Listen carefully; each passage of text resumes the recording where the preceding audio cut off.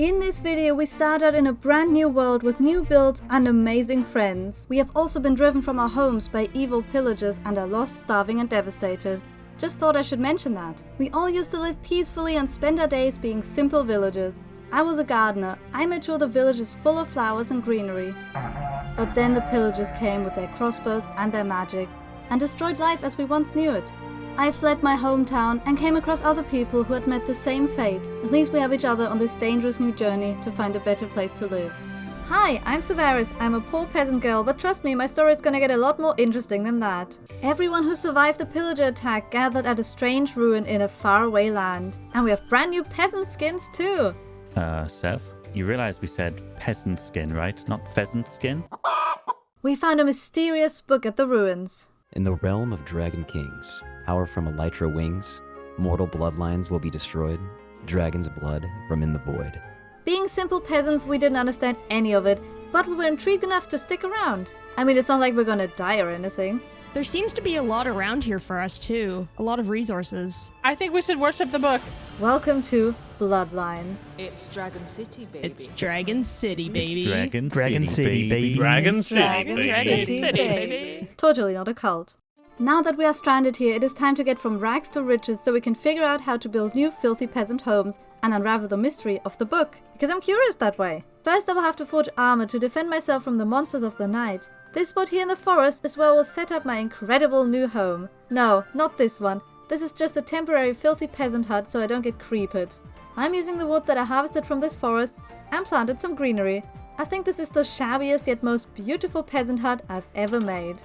Or the first peasant hut I ever made, actually. Now that I have a safe home and an organized storage, I can go back into the caves to upgrade my tools. These shiny rocks are known to make the best tools in the world. I also came across this shining red ore that turned to dust when I mined it. It seems intriguing enough to take some of it home to experiment what it can do. I like discovering new things, you know? I also found a huge iron ore vein, which is going to be really useful. One step closer from turning my poor peasant self into a wealthy peasant.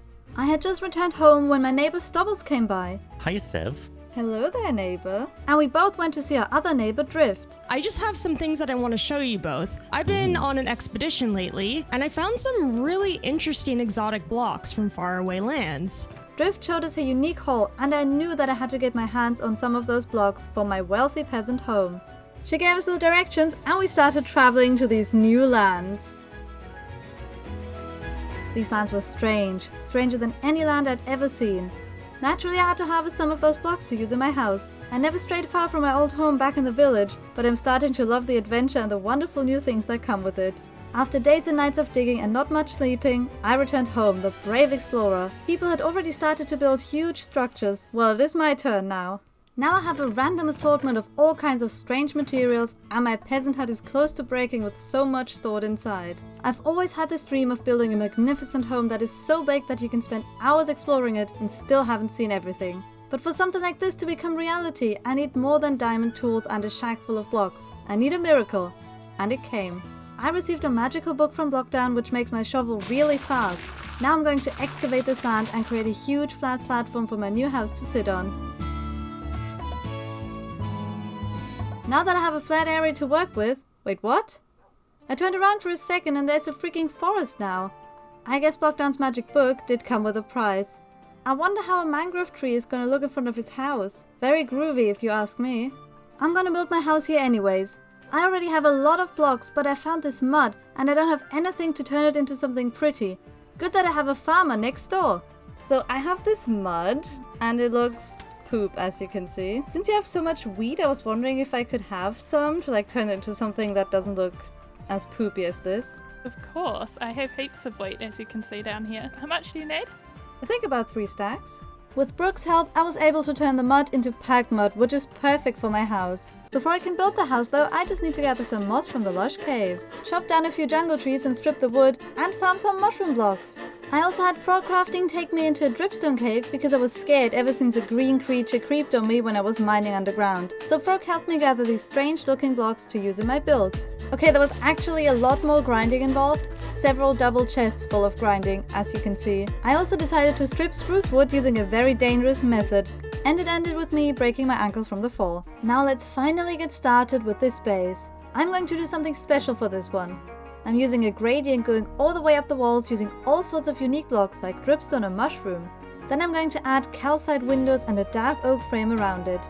The roof is made out of moss and beautiful flowers. It was also time to tear down my poor peasant hut, a reminder of my humble beginnings in this new land. But with this new home, my life is going to change to the better. Then comes the second part of the build, the entrance hall. It is smaller than the other build, but it still has a gradient and a lovely roof. The next part is going to be huge, so I worked on a little fence and flower bed first. I start with another gradient wall, but on the right I have a beautiful narrow roof with a chimney on top, whereas in the middle I have a window framed by dark oak and something like a nice roof balcony on top. I think it's the most beautiful part of the build. Now I'm reaching for the stars with a huge tower right in the middle. It is very different from the rest of the build. No dark oak or moss, but a deep slate roof with an acacia trim. An odd choice, but it kind of fits my unique vibe. And then I jumped down into a puddle of water because I had just built something amazing. But I wasn't even close to bringing this house to its full potential. So here it is, the biggest and best house you've ever seen. If you ignore the other amazing builds in this area that look just as beautiful. Speaking of amazing, I had so much help getting resources for my house from my lovely neighbors. You know, because I couldn't walk a lot with my ankle being broken from falling off the spruce pillar. So I want to give everyone a little present. I was a gardener in my old land, so I know that flowers and kind words can mean so much more than giving someone diamonds or iron. So I left my most unique flowers with the loveliest messages I could think of at everyone's homes.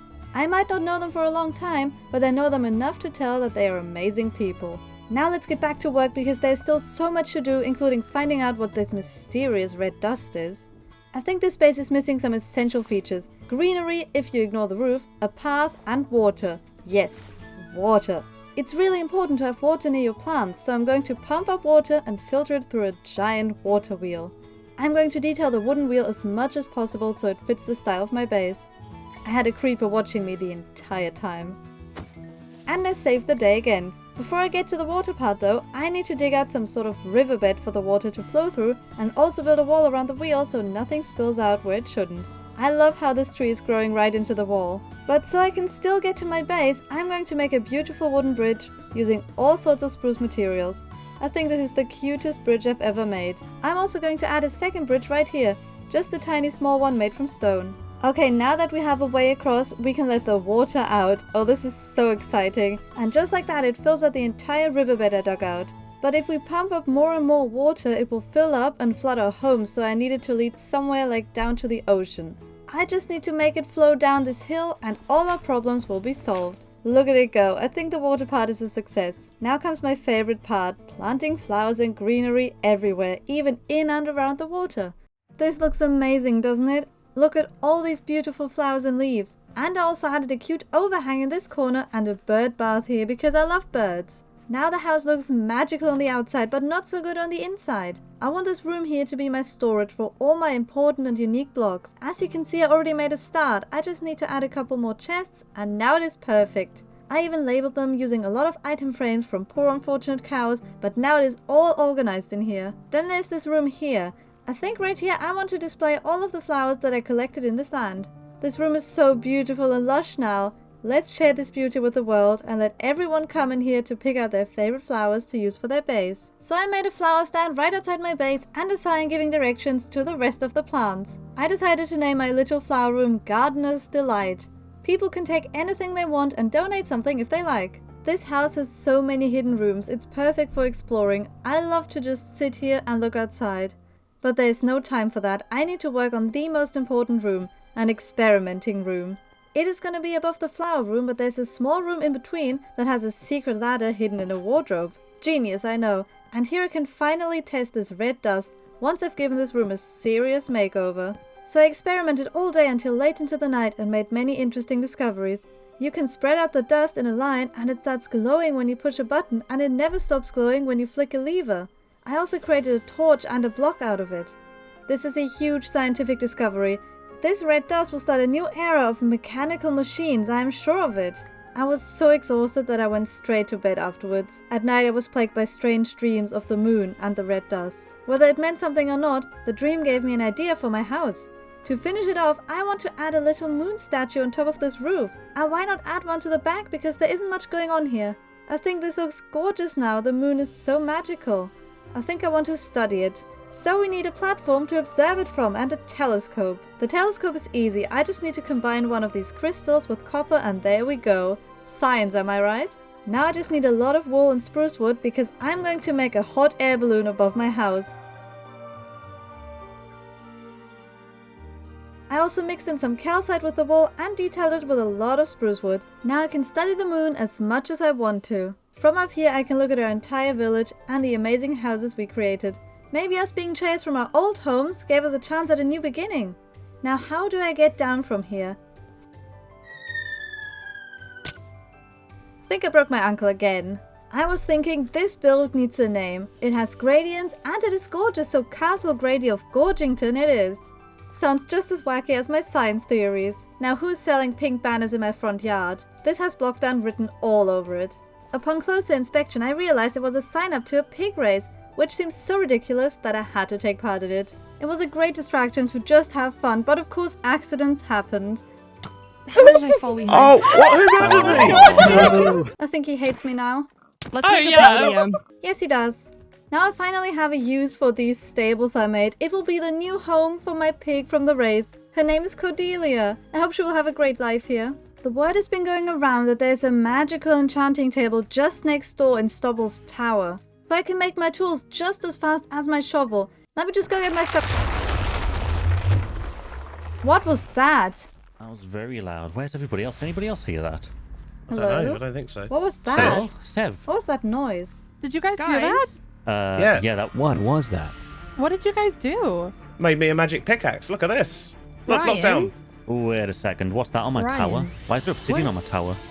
What were you guys What? doing? Ooh, that looks Ooh. creepy. What is that stuff? What Those are things they? have swords. Oh What is my that? God. What are these? Ew. Kill him! This one's in red water! It's a tiny one! Oh, Don't go for anything! And this stuff It's is coming hot. from your tower. It's literally coming from your tower. How No, can we not blame you that's- for it? No, that's not related at all. That's something else. So the enchanting of your tools made this appear, huh? That's kind of sus. Nothing's gonna come out. I'll keep you guys safe. Should I go in? Do we go in now? I don't think we should go in there yet. No, that doesn't sound like a No. good idea. We just Okay. need somebody to guard it then. I can do that. I can handle this. Today was the day we all realized magic always comes with a price.